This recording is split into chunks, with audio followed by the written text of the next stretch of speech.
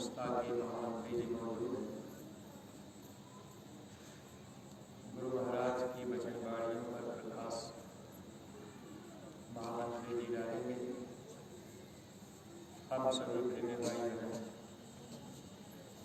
गुरु महाराज के वचनों को याद करते हुए निरंतर सेवा भक्ति में अपना समय बिताते चले, ताकि हम सब लोगों का ये मानव जीवन सफल हो जाए। हम महामंत्री जी से निवेदन कर रहे हैं, गुरु महाराज के वचन वाणियों को हम सभी प्रेमी भाई बहनों को याद दिलाएं। जय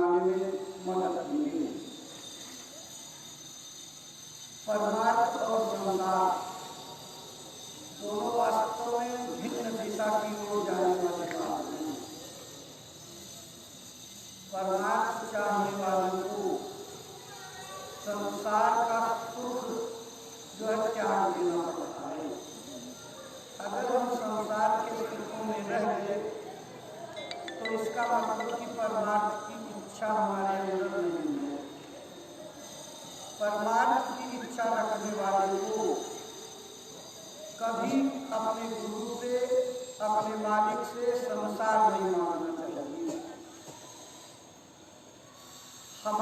सबकी मनोभावनाएं इस संसार में, संसार के पदार्थों में और संसार की जरूरतों में फंसी हुई हैं, इसलिए हम इसको ज्यादा महत्व देते हैं। अगर धीरे धीरे करके, क्योंकि कोई भी चीज एक बार की नहीं होती है, अगर आप चाहें कि कोई चीज जल्दी से हम कर दें तो कहावत है कि जल्दी का काम शैतान का होता है। शैतान मन है हमारा मन हर चीज में जल्दी चाहता है। इसीलिए जब हम इसको बैठाते हैं तो हमारा मन एक जगह स्थिर नहीं रहता, जरा देर के लिए वहाँ रुकेगा, फिर उठ जाएगा, भाग खड़ा होगा, दूसरी जगह पहुँच जाएगा, वहाँ कुछ देर टिकेगा, फिर वहाँ से भी भाग लेगा। टिकता नहीं है। क्यों टिकता नहीं है? वास्तव में यह जिस जगह से उतारा गया है, गुरु महाराज सुनाया करते थे, पूज्य महाराज जी भी अपनी वाणियों में याद कराते हैं कि ये उस जगह से उतारा गया है जहाँ इसको सुखों का भंडार है, यानी ये दूसरे पद स्थान से उतार करके नीचे लाया गया है। और उस समय इसका महत्व 3 लोक के राजा के बराबर था। इस 3 लोक के राजा को अब अपने उस राजसी सुख की तलाश है और उसी को तलाशने के लिए ये भागा करता, कभी इंद्रियों के दरवाजे पर, तो कभी भोग में, कभी वस्तुओं में, कभी खाने पीने में, कभी देखने में, इसमें सब में भाग। लेकिन इसको अगर जिस सुख की ये तलाश कर रहा है उधर ले जाना है तो आपको बाहर से इसको निकाल करके अंदर की ओर चलना पड़ेगा। गुरु महाराज ने कहा कि सारे सुखों की खान हमारा ये मानव शरीर है, सारे सुख आनंद आपके भीतर भरे हुए हैं, लेकिन एक वो आदमी जो आँख का अंधा हो और उसके सामने हीरे मणि पड़े हुए हों तो वो हीरे मणियों की कीमत क्या समझेगा जब आँख से देखेगा ही नहीं। ऐसे ही हम लोग धार्मिक कामों में लगे हुए हैं। पूरे भारतवर्ष में लोग अपने को धार्मिक मानते हैं। कोई किताबों में फंसा है, कोई मूर्तियों में फंसा है, कोई व्रत उपवास में फंसा है, कोई कथा वार्ता में फंसा है, कोई देवी देवताओं में, विभिन्न मतांतर धर्म मजहब के लोग और अनेक अनेक पंथ प्रकट हो गए हैं। अपने को सब लोग कहते हैं कि हम धार्मिक हैं, मानते भी हैं, लेकिन इस धार्मिकता के बढ़ने के बाद भी लोगों में शांति नहीं आ पा रही है। लोग अशांत होते जा रहे हैं। अच्छाई की तरफ जाने के बजाय बुराई की तरफ बढ़ते जा रहे हैं। मानवता की तरफ न जाकर के दानवता की ओर बढ़ते जा रहे हैं। यही इस बात को सिद्ध करता है कि लोग धर्म के वास्तविक मार्ग से विचलित हो रहे हैं। और जब धर्म के रास्ते से लोग विचलित हो जाते हैं, अधर्म का बहुत बड़ा बोलबाला बढ़ जाता है, तभी उसको सुधारने की जरूरत पड़ती है। प्रेमी भाई बहनों, जब तक कोई चीज बनी रहती है कोई उसको छेड़ता नहीं है। जैसे एक छप्पर बना हो, जब तक वो कहीं से छुएगा नहीं, कहीं से आपकी व्यवस्था में बाधा नहीं आएगी, आप उसको छुएंगे नहीं ना, उसके बारे में कोई सोचेंगे। कोई भला अच्छा छप्पर को फाड़ करके नहीं फेंकता। कब जरूरत पड़ती है? जब वो जीर्ण शीर्ण हो जाता, पुराना हो जाता, उसमें टपकने लगता पानी, आपका आश्रय खत्म हो जाता, आपको लगता है कि अब हमारी शरण स्थली चली गई, तब आप उसको जीर्णोद्धार करने के लिए, यानी उस पुराने छप्पर को नया करने के लिए सोचते हैं। ऐसे ही यह व्यवस्था जो धर्म के साथ जुड़े हुए तमाम उपक्रमों की, अनुभवों की और साधनों की है, ये महापुरुषों की बनाई हुई है। और महापुरुष जब तक इस व्यवस्था में कोई खोट नहीं आती, कमी नहीं आती, तब तक चुप रहते, बोलते नहीं हैं, इस व्यवस्था को चलने देते हैं। लेकिन जब व्यवस्था चरमराती है, व्यवस्था टूट जाती है, लोग वसूल भूल जाते हैं, महात्माओं के उपदेश जबान पर तो रहते हैं लेकिन आचरण में नहीं आ पाते हैं। लोग अपने को कहते तो हैं कि हम धार्मिक हैं, लेकिन धार्मिकता का केवल लबादा यानी खोल ओढ़े रहते हैं, अंतर में कोई चीज नहीं रहती है। मतलब केवल जो है बात में है, लेकिन आचरण में वो जब बात नहीं आ पाती तो इसका मतलब धर्म से लोग दूर हो जाते हैं। तभी धर्म की स्थापना करने के लिए महापुरुषों को फिर से जो है समाज के बीच में आकर के अपने धर्मोपदेश की नई दिशा जारी करनी पड़ती है। वह पुराने को छेड़ते नहीं, उसकी कोई आलोचना नहीं करते, उसमें फंसे हुए लोगों को उससे हटाते नहीं हैं, बल्कि उसी में अपनी बात डाल करके धीरे धीरे उनके अंदर इच्छा और रुचि पैदा करते हैं। जब लोगों को लगता है कि नहीं, हम जहाँ पर हैं उससे अलग चीज ये है, उससे कोई अलग चीज महात्मा जी लेकर के आए हुए हैं, तब लोगों का रुझान बढ़ रहा है। और धीरे धीरे रुझान बढ़ते बढ़ते जब कुछ करने लगते हैं, उधर से भावना सिमटती है, इधर आ जाती है, तो लोगों के ऊपर दया होने लगती। उसी दया से आदमी का जीवन बदल जाता और तब समझता है कि वास्तव में हम तो गलत धार्मिकता में थे, असली धार्मिकता तो अब आई है। इसको बहकी हुई धार्मिकता कहते हैं। इस बहकी हुई धार्मिकता में किसी को शांति नहीं मिलेगी। जब तक इस तरह के काम होते रहेंगे, लोग तामसी वृत्तियों में फंस करके पूजाओं में संलग्न रहेंगे, उसका फल न उनको मिलेगा न साथ में रहने वाले मानव समाज को मिलेगा। लेकिन जब महात्मा संकल्प करके जुटते हैं तो उसका लाभ करने वालों को भी मिलता है, करने के साथ साथ उसके चारों तरफ के वातावरण में जो लोग रहते हैं उनको भी मिल जाता है। आपको याद होगा, गुरु महाराज कहते थे, मैं ऐसे लोगों को तैयार कर रहा हूँ।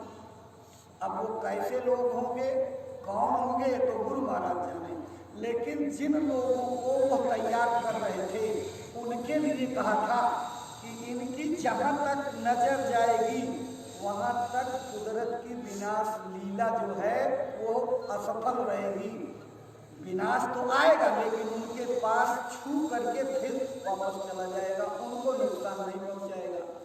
अब अगर उनके गुरु महाराज के इशारे के अनुसार लोग चल करके अपने को ऐसा बना लेंगे तो निश्चित रूप से गुरु महाराज की वाणी फलेगी फूलेगी। लेकिन अगर हम अपने को उस अनुसार नहीं बना पाए जैसे स्वामी जी चाहते थे, तो अगर उसका घाटा हमारे ऊपर आने लगे, असर कुदरती प्रकोप का आने लगे और हम दोष देने लगे कि स्वामी जी हम तो आपके इतने साल के सत्संगी थे, इतने दिनों से आपके दरबार में आते जाते रहे, हमको क्यों ये परेशानी आई? इसका जवाब गुरु महाराज की वाणी में है।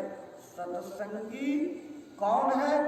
एक ही प्रश्न स्वामी जी महाराज से पूछा गया तो स्वामी जी महाराज ने बड़ी मौज से इसका उत्तर दिया था कि सत्संगी वो है जो सत्संग का काम करे, जो सत्संग का काम न करे वह सत्संगी नहीं है। सत्संग का काम क्या है? सत्संग का काम जो है दुनिया का दारी का नहीं है, इस संसार की वस्तुओं को मांगने और उलझने का नहीं है। सत्संगी हमेशा परमार्थ की चाह रखता और परमार्थ के लिए दिन रात उद्यम करता है, कोशिश करता है कि मेरा परमार्थ करे और उसकी चिंता करता है। यह नहीं कि किसी तरह से जो है अपना कोटा पूरा करके दिन रात दुनिया को इकट्ठा करने में लगे रहे। जो लोग सारी जिंदगी दुनिया को इकट्ठी करने में लगाते हैं, अंत में क्या परिणाम निकलता है? जान बूझ नर संग्रह करही, काहे न विपत्ति जाल नर करही। जो जान बूझ करके इस दुनिया के सामानों को इकट्ठा करते हैं उनके ऊपर अपने आप विपत्ति का बोझ लगता जाता है, क्योंकि यह संसार और संसार की वस्तुओं को सबको छोड़ना है, इसको कोई ले नहीं जाएगा। जो इसमें कम सामान ला देगा उसका बोझा हल्का रहेगा और जो ज्यादा बवंडर इकट्ठा करेगा उसका पवारा जो है बहुत भारी रहेगा और उसी को इस दुनिया को छोड़ने में तकलीफ होगी और उसको परमार्थ बनाने में भी तकलीफ होगी। परमार्थ ऐसे लोगों का नहीं बनता। इसलिए सत्संगी होने का मतलब कि जो सत्य का संग करे, सत्य का संग करने का मतलब भजन का संग करे। सत्य चीज दुनिया में केवल भजन है। अब अगर दुनिया में ये बात कहो तो लोग कहेंगे हम तो भजन रातों रात जाग करके करते हैं, मजीरा ढोल बजा करके जय जय सिया राम, राधे राधे कृष्णा कृष्णा गोपाल गोपाल ओम नमो शिवाय खूब करते हैं, लेकिन इसको भजन नहीं कहते हैं। ये वास्तव में भजन की नकल है। महात्माओं ने प्रारंभ में लोगों को बताया कि जो बाजे गाजे इस दुनिया में हैं ये तुम्हारे अंदर बज रहे हैं। इस मनुष्य शरीर में जो जितने लोग आए हुए हैं सबके अंदर इसकी खासियत है कि इसके अंदर जो है सातों नौबत बाजती और 36 राग असो मंदिर सुनो पड़ो बैठन लागो का। जब तक इसमें ऊपर की 6 राग 36 रागनियों की ऊपर के मालिक की धुनियाँ आती रहेंगी तब तक ये शरीर चेतन, इसके अंग चेतन, सब में जान रहेगी, काम करेगा। लेकिन जैसे ही उधर से शब्द की धुन आना बंद, ये शरीर मुर्दा हो जाएगा, अंग सब वही रहेंगे लेकिन काम करना बंद कर देंगे। इसलिए गुरु महाराज सचेत करते थे कि जब तक इसमें बिजली का पावर चल रहा, ये बल्ब जल रहा है, जब तक बिजली है जलेगा।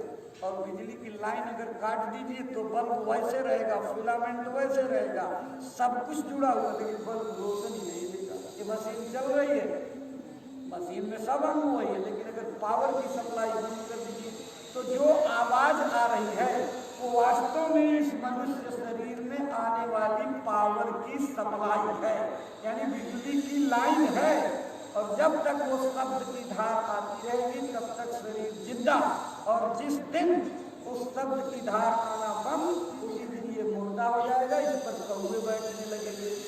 तभी इस शरीर का महत्व है। भजन का मतलब कि जिंदा रहते हुए किसी सद्गुरु की, किसी महापुरुष की तलाश करके अपने अंदर उतरने वाली इन आवाजों को सुन लीजिए, पकड़ लीजिए और उन पे पकड़ करके उनके साथ चढ़ चलिए आसमान में। अपनी जीवात्मा को इस संसार से निकाल करके मालिक के दायरे में पहुंचा दीजिए। लेकिन यह काम कौन करवाएगा? जिसके अंदर सारे जीवन भर फिक्र चिंता होगी। जैसे आप अपनी जिंदगी में कोई काम करते हैं तो चिंता फिक्र करते हैं ना, उसके साथ लग जाते हैं। जैसे भूख लग जाए, अगर रोटी नहीं मिली आप छटपटाते रहते हैं कि रोटी का जतन कहाँ से हो, नहीं कुछ मिलेगा तो आप भीख मांग करके रोटी खाएंगे। क्योंकि भूखा आदमी क्या पाप नहीं करता। भूख के मिटाने के लिए ही सारे पाप जिन दुनिया में हो रहे हैं। बुभुक्षितः किम न करोति पुंसाम, भूखा आदमी क्या पाप नहीं करता। जो आदमी भूख के लिए तड़पेगा उसके अंदर सिर्फ जो है रोटी रोटी नजर आएगी और 24 घंटा उसी का जतन करेगा। जैसे अपने निशाने पर भूखा आदमी रहता है, उसी तरह से हम भजन करने वाले लोग अगर अपने भजन के निशाने पर रहेंगे तो परमार्थ जरूर बनेगा। गुरु महाराज कहा करते थे कि जिसका जिससे प्रेम होगा वह उसको जरूर मिलेगा। अगर आप मालिक को प्रेम करोगे तो सेकंड सेकंड पर, श्वास श्वास पर मालिक को याद करोगे। जब मालिक को याद करोगे तो आपकी तवज्जो मालिक पर और मालिक की तवज्जो आप पर। लेकिन जब मालिक से प्रेम नहीं होगा, दुनिया से, दुनिया के रिश्तों से, संबंधों से, और इनको अपना मान करके हम जो है प्रेम करेंगे तो जिसको जितना प्यारा समझेंगे वो उतने ज्यादा हमको रुलाएगा। गुरु महाराज कहते थे जिसको तुम अजीज समझते हो वही अजीज तुमको रुलाएगा। और अगर तुम्हारा प्रेम इस दुनिया से हट करके मालिक के साथ लग गया तो मालिक आपको हंसाएगा, मालिक आपको ऐसा सामान तैयार कर देगा कि जीते जी आपके ऊपर दया हो जाएगी। लेकिन इंतजार घाट पर करना पड़ेगा। दरवाजे पर बैठ करके इंतजारी जो करते हैं उन्हीं को दया मिलती है। अब हम लोग कितना गुरु महाराज के वचन को मानते हैं इसकी निरख परख हमको करनी चाहिए।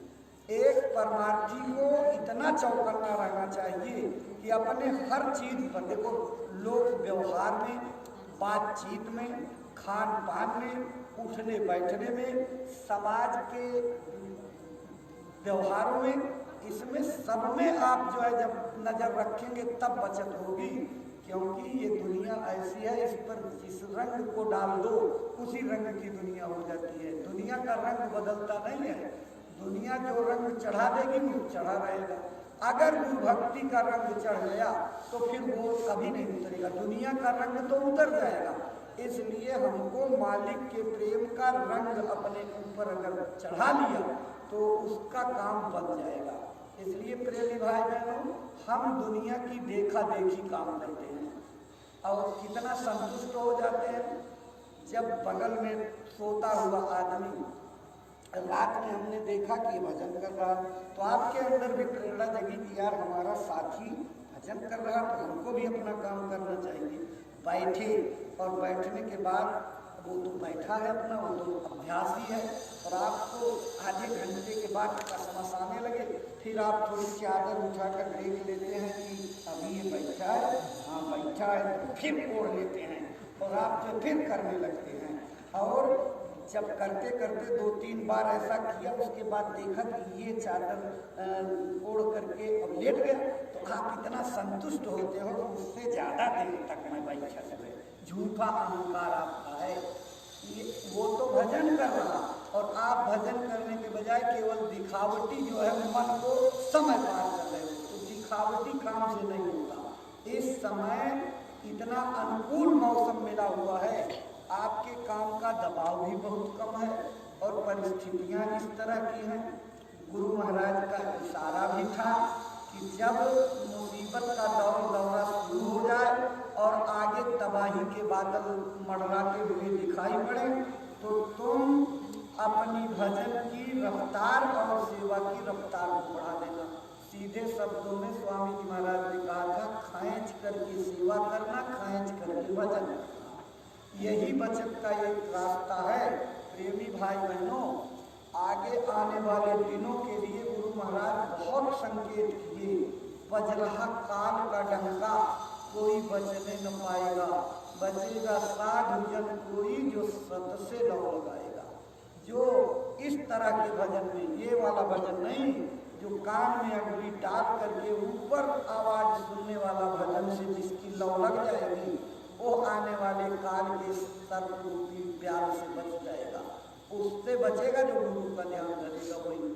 और जो इस बाहर के इंद्रियों के दरवाजों पर अपनी जो है भावनाओं को दौड़ाते रहते, मन को दौड़ाते रहते, उन्होंने लिखा है बचेगा साध जिसने इंद्रियों को साध रखा है, उसी साधना करने वाले साधु की बचत होगी जो अपने मन, आँख, कान, नाक पर अंकुश लगाकर रखेगा, इनको वश में रखेगा। बहिर्मुख इंद्रियों का दास अपना सब लुटाएगा। जो बाहर की इस दुनिया के आनंद के लिए जो है दौड़ करके लगे रहते, इनके गुलाम हैं, इन्हीं के पीछे अपनी सारी जिंदगी गंवा रहे, अंत में इनको पछताना होगा। उस खाली हाथ क्या दशा होगी? अंत कहें कबीर अंत की बारी, हाथ झाड़ जिस चले जुआरी। जैसे जुआरी अपनी जिंदगी का सब कुछ हार करके हाथ मलते हुए पछताते जाता, ऐसे हमको आपको भी पछताते हुए जाना होगा। आप इस मुगालते में मत रहिएगा कि हम सत्संग में जुड़े हुए हैं तो हमारे लिए जो है पूरा पुख्ता कागज तैयार हो गया है, अब हमको चाहे भजन करें ना करें हमको जाना ही पड़ेगा। हमको याद है एक प्रेमी जो अभी भी मौजूद हैं, गुरु महाराज की सतत सेवा में रहते थे, निरंतर रात दिन जब याद करें हाजिर रहते थे। एक दिन मौज में उन्होंने मालिक को देखा तो पूछ बैठे, स्वामी जी हम तो 24 घंटे आपकी सेवा में रहते हैं, हमको माला करने का, हमको भजन करने का, ध्यान करने का मौका नहीं लग पाता, हजूर हमारा क्या होगा? हमारे तो आप ही सारा।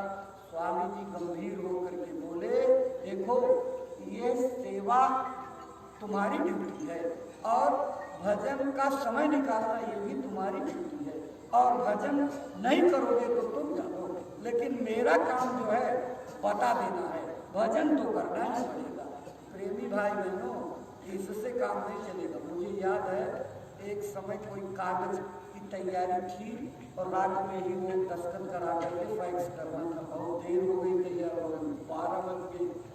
डरते डरते लेकर के गए तो खुली थी, जाकर के देखे तो आग के पास बैठे थे तख्ते पर, और एक कुत्ता उनके सामने बैठा, उसी के उस पर जो है ऐसे अपना पैर लगा करके उसकी पीठ पर, और धीरे धीरे स्वामी जी कह रहे हैं, जब कहा था तब नहीं किया ना, जब कहा था कर ले तो नहीं सुना, और आज रोता है।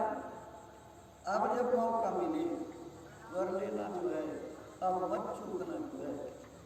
अब सुनते सुनते वहीं खड़े, अब हम भी भूल गए कि जो है अब स्वामी जी बात करें कैसे बीच में, तो बस तुरंत स्वामी जी बोले कि कौन खड़ा है। अब हमारे को जो है और पसीना पसीना हो, ले गए, कागज दस्तखत किया और लेकर के चले गए। उस समय कुछ नहीं, लेकिन जब सवेरे दर्शन मंच पर सत्संग में जाए तो परम पूज्य स्वामी जी महाराज ने यही कहा कि तुम ये मत समझना कि नामदान ले लिए हो तो पुख्ता लाइसेंस तुमको हो गया है कि मनुष्य शरीर ही मिलेगा। अगर गलती करोगे तो उस गलती का भुगतान करने के लिए बड़े बड़े सेठ साहूकारों को कुत्ता बना दिया जाता है, और वो भजन जब नहीं करते तो उनको जो है ये सजा मिल जाती है गलती करने के नाते। और महात्मा उनको जो है दया देते हैं और समझाते हैं कि जब मौका मिल जाए तो फिर कर लेना। कहने का मतलब ये है कि अगर नामदानी सत्संगी गलती करेगा, बहुत लोग भटक जाते हैं। ये परमार्थ का रास्ता जानते हो, कितने संस्कार जन्मों के जानते हैं, तब जो है नामदान का अवसर मिलता है। ये नामदान सबको नहीं मिलता, जिसका ऊपर से कुदरती ऊपर के मालिक की दया संतों के ऊपर, संतों की धार सीधे जीवों पर पड़ती है, तब जाकर के इसके संयोग बनते हैं। और एक बार गुरु से नाम लिया हुआ व्यक्ति अगर अपने मन की बहकावे में आकर या दूसरे के समझाने में आकर के भ्रम का शिकार होकर एक संत का नामदानी किसी और के पास जाकर के नाम लेता है तो गुरु महाराज की ये वचन है, उसका नरक जाने का रास्ता सीधा खुल जाता है। एक गुरु की मोहर लगी हुई जीव को अगर संत होगा तो वो छुएगा नहीं, लेकिन अगर एक संत की मोहर लगे हुए जीव को वो अपना लेता है।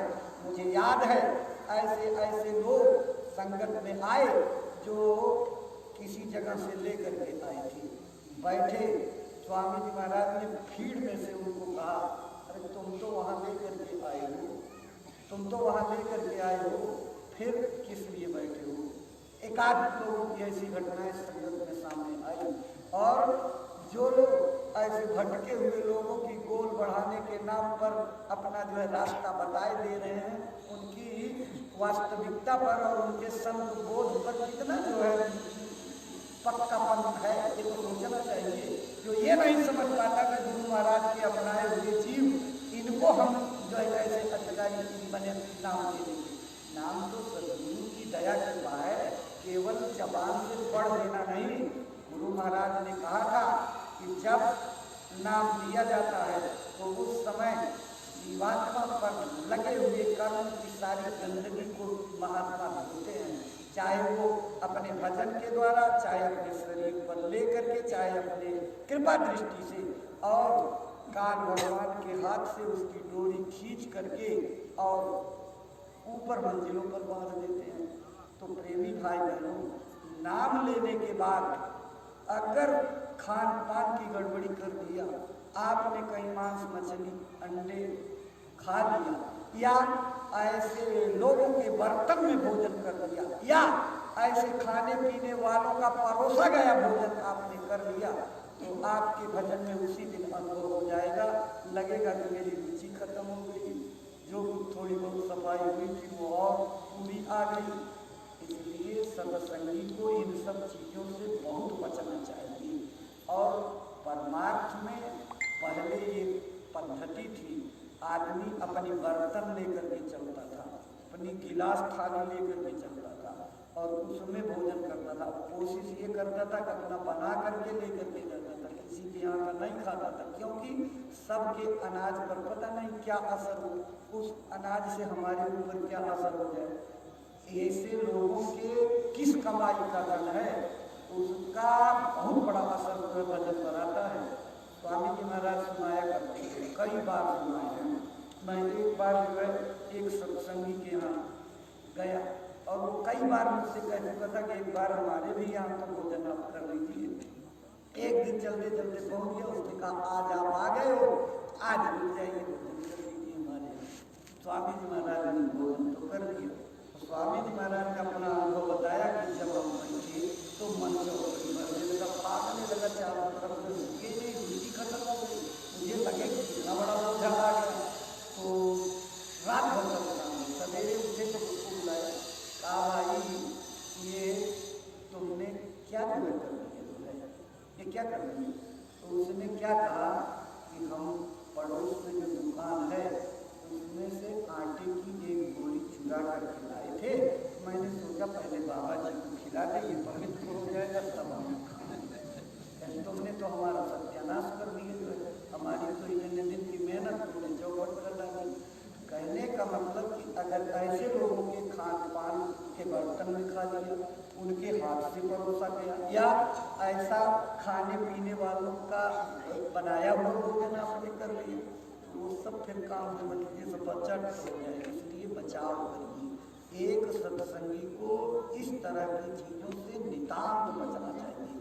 परमार्थ में आपको सफलता, देखो बहुत ऊंचे सत्संग को तो बाद में सुनिएगा, पहले जो मूल पाठ गुरु महाराज ने सिखाया है, अगर प्रारंभिक कक्षा की पढ़ाई आपकी समझ में नहीं आएगी तो मोटी मोटी किताबें आपकी समझ में क्या आएंगी। इसलिए गुरु महाराज ने जो सामान्य तौर पर एक साधक के लक्षण होने चाहिए, एक साधक के कर्तव्य होने चाहिए, एक साधक किस तरह से अपनी जिंदगी को कितना रिजर्व रखना चाहिए, ये चीज़ें केवल पढ़ करके जो है सुनने की नहीं है, बल्कि पढ़ करके अपने ऊपर उतारने की है।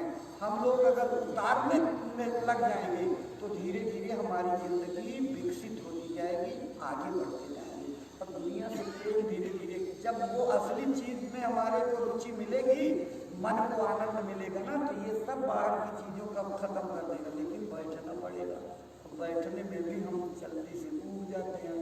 अभी बैठे 15 मिनट में ये दर्द करने लगा। गुरु महाराज कह दीजिए कि एक आसन पर बैठो, आसन बार बार मत बदलो। अब आप जब बार बार ऐसी करके इधर से बदल दोगे, वो जो करते करते सुने दर्द करने लगता, इसे फैला देते हैं। कुछ लोग जो है यहाँ मच्छर काटने लगा तो इस हाथ की माला लेकर के इस हाथ से चल करने लगे, सोचते हैं खंडित न हो पावे।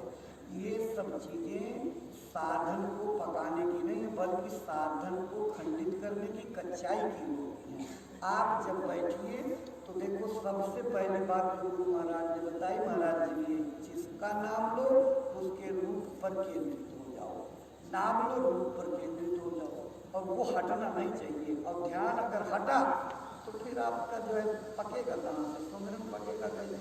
ये जीव है बिल्कुल स्थिर हो जानी चाहिए। अगर जीव इधर उधर हरकत की, एक बार जीव उठा करके दांत में लगा कोई चीज फंसी हुई है लगाने लगे तो ध्यान तो भंग हो गया। इसलिए ध्यान भंग करने से बचाने के लिए आपको अपनी शुद्ध बुद्ध इन अंगों से शरीर से हटाकर सिर्फ इसी बिंदु पर रोकने की जरूरत है। और जब एक बार बैठो तो मन बना करके बैठो। जब इधर आप ध्यान जमाओगे तब इधर से ध्यान जो हट जाएगा। लेकिन अगर आपकी नसों पर, पैरों पर, हाथों पर आपका ध्यान रहेगा तो इधर लग नहीं सकता, हटता रहेगा। इसलिए प्रेमी भाई बहनों, जब बैठो एक आसन पर बैठो। गुरु महाराज के हाथ की लिखी हुई वाणी है कि जब बैठ करके तुम कम से कम एक आसन पर 4 घंटे बैठोगे तब अंधेरा दूर होने का मौका आएगा। अब हम 1 घंटा नहीं बैठ पाते, 15 मिनट नहीं बैठ पाते, तो कुछ उसके लिए समय बढ़ाओ। और बढ़ाने का फार्मूला भी गुरु महाराज ने हमको बताया कि आप जितना, जैसे अभी 1 घंटा करते हो, अगले 1 महीने तक 1 घंटा करो, और अगले महीने 5 मिनट से बढ़ा देना। 5 मिनट बढ़ाते बढ़ाते साल भर के बाद क्या होगा, आपका भजन पूरे 2 घंटे का हो जाएगा। लेकिन धीरे धीरे अभ्यास करो, रुचि आपकी बढ़ती चली जाएगी। इसलिए बहुत सारी ऐसी चीज़ें गुरु महाराज ने कोई चीज़ छोड़ी नहीं। आप उनके वचनों को जब याद करोगे, वचन कभी पुराने नहीं होते, वचन हमेशा ताजे रहते हैं। वचन तब जैसे कल्याणकारी थी वैसे आज भी कल्याणकारी है।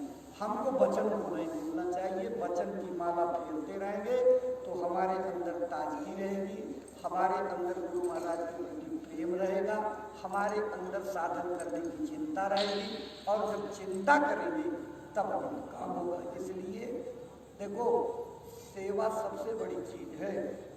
जो चीज साधन से नहीं मिल सकती वो सेवा से मिल सकती है। लेकिन जब सेवा करने के बाद आप ये समझोगे कि मेरी सांसें दया से इसमें लग गई और मैंने नहीं किया, और जब जरा सा भाव आपके अंदर ये आया कि ये तो मैंने कर दिया, अपने बल और ताकत की भाव बन जाएगी, वो फिर मालिक को समर्पित नहीं होगा, फिर आपके अहंकार में आ जाएगा, वो लेकर के सब चला जाएगा। इसलिए जब भी सेवा करो उसका भाव अपने अंदर ना आवे कि मैंने किया। मालिक का ये जीव, मालिक की ये शरीर, मालिक का तन मन, ये सब उन्होंने किया। हमारा सौभाग्य कि हमारा सेवा में लग गया। अपने को जब इस तरह से समझाते रहेंगे, धीरे धीरे मन की चौकसी बरतेंगे, मन को रोकेंगे। देखो, आज के समय में मन को रोकने की बहुत बड़ी जरूरत है, क्योंकि दुनिया में माया और काल की धारें बहुत तेज चल रही हैं और विभिन्न उपायों से जीव खींचे जा रहे हैं। क्योंकि परमार्थ बनाने के लिए जब जीव तैयारी, देवता, औजार, रिद्धि सिद्धि और यहाँ जितने उसके नौकर चाकर, चाहे आपके सत्संगियों के बीच में पैदा करते उनकी खोपड़ी पर सवार हो जाए, लड़ाई, निंदा, आलोचना, कोई न कोई बात कह करके, और आपके बीच में मनमुटाव पैदा करते हैं। मनमुटाव पैदा करने का तरीका गुरु महाराज बताते थे कैसे लोगों के मनमुटाव पैदा किए जाते हैं। दो पति पत्नी में बहुत प्रेम था, तो एक आदमी ने कहा कि नारद भगवान, क्या आप इनमें भी कर सकते हो? अरे कहें तो 2 मिनट कर रहा हूँ। कहने इनका प्रेम खत्म करके दिखाओ, समझे तुम्हारा नाम सही में नारद है। तो जिसका इरादा रद्द न हो वो नारद है। तो कहा कि चलो ठीक है। वो गए, खेत पर जोत रहा था, तो उसको कहा भाई क्या हाल चाल है? ठीक ठाक है? हाँ ठीक ठाक है। कहा अच्छा, बच्चे ठीक? हाँ ठीक है। रोटी वोटी खाई? अरे मेरी बेबी लेके आई थी। कहा वो यही तो बात है, उसका मन कहीं और लगा है और तुमको दिखाओ। अरे नहीं महाराज, जब तक मैं भोजन नहीं करता भोजन नहीं करती। कहा अरे चलो बताते हैं। आज जब मौका मिले तो उसके किसी चमड़े को जरा सा जीभ लगा कर देखना, अगर वो तुम्हें प्रेम करती होगी तो मीठा लगेगा, और अगर खारा लगे तो समझ लीजिए तुमसे प्रेम नहीं करती। यही बात धीरे से जाकर के वहाँ पर घर में भी बता दी। अब दोनों लोग रात को जो है जीभ चला करके एक दूसरे का देख रहे हैं, और बाद में पता लगा कि दोनों के अंदर खारे तो बहुत से ऐसे एजेंट काल के काम करते हैं जो सत्संगियों के बीच में उनका काम ही यही है कि ऐसी बातें पैदा कर देंगे कि आप दिन रात उसी में उधेड़ में बड़े सोचते रहो, आपका ध्यान, साधन, भजन सब कुछ उसी में लग जाएगा। इसलिए वो महाराज जी समझाते हैं कि जिसका सुमिरन करोगे वही आपको भजन में याद आएगा। अगर बच्चों का सुमिरन करोगे तो बच्चे खड़े हो जाएंगे, किसी दृश्य का सुमिरन करोगे तो दृश्य खड़ा हो जाएगा। इसलिए कोशिश ये करो कि जब तक आप मालिक के काम को करो, सुमिरन ध्यान भजन करो, तब तक उनका रूप सामने रहे, दूसरा रूप आने लगा है। धीरे धीरे स्थिरता आपके अंदर आ जाएगी, गुरु महाराज की दया होगी। पूज्य महाराज जी पूरी दया सत्संगियों को दे रहे हैं। इस समय जो संभाल का काम गुरु महाराज ने सौंपा है कर रहे हैं। जरूरत इस बात की है कि हम उनके वचनों को पकड़ करके अपने इस जीवन की बची हुई सांसों का उपयोग कर लें और अपना काम बना लें, क्योंकि इस समय परिस्थितियां बहुत नाजुक होने जा रही हैं। अभी रुलाई का वातावरण आया नहीं है, रोने के दिन आगे आ रहे हैं, और वो हमारे ही कर्मों का नतीजा होगा। अभी हमको पता नहीं, कहीं पीठ मत थपथपा लेना कि हम बच रहे हैं, हमने बड़ा पुण्य कमाया है।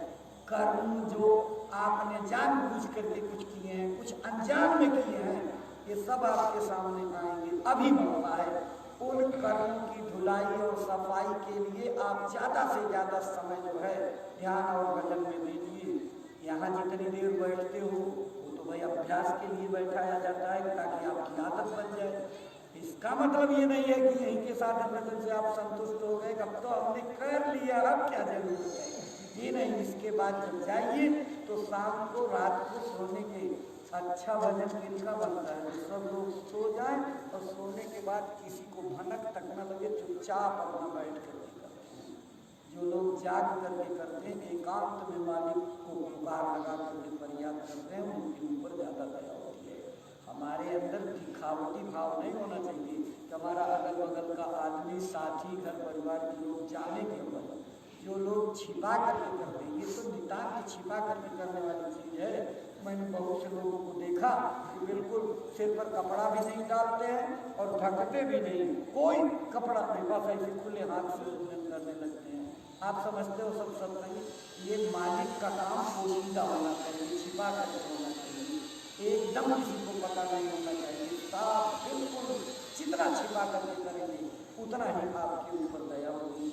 इसलिए प्रेमी भाई बहनों, बहुत बड़ा सौभाग्य है आप लोगों के दर्शन में गुरु महाराज की जन्मभूमि पर।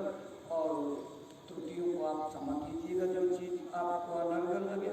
बाकी गुरु महाराज के वचन को याद करने का वक्त है और इस समय तरह तरह की सेवाएं, यहाँ जो सेवा आपको मिल रही है, सेवाओं के बहुत से विभाग जुड़े हुए हैं, सेवाओं की बिल्कुल इच्छा जागी रहनी चाहिए। जब भी कोई मौका मिले कम से कम जितना हम यहाँ अनाज खा रहे हैं उतना तो अदा कर देना चाहिए। अगर हम अपना किसी को दे नहीं सकते तो दूसरे का लाभ करके क्यों जाए। हर आदमी को जब इस बात की चिंता रहेगी कि हम जितना कम से कम रोटी खा रहे हैं उसका अदा कैसे करें, सेवा तलाशी जाती है। ये नहीं इंतजार किया जाता कि कोई हमको बताओ, टहलते फिरते कहीं झाड़ू लगाने की, सफाई लगाने की, दोना पत्थर गिलास पड़े हैं चलो उठा करके डस्टबिन में डाल दिए, सेवा होगी। अपने को सेवा तलाशनी चाहिए और न जाने इसी सेवाओं से, छोटी छोटी सेवाओं से कितनी बड़ी बड़ी मुसीबतों के जो है अंबार के अंबार कट जाते हैं। वो तब पता लगता है जब आपके सामने वो घड़ी आती है। इसलिए सेवा की हमेशा ललक रहनी चाहिए, सेवा के लिए बिल्कुल उत्साह रहना चाहिए और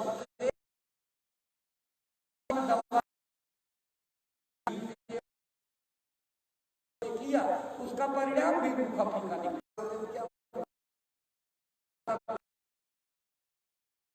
उचित बुराई त्याग। जय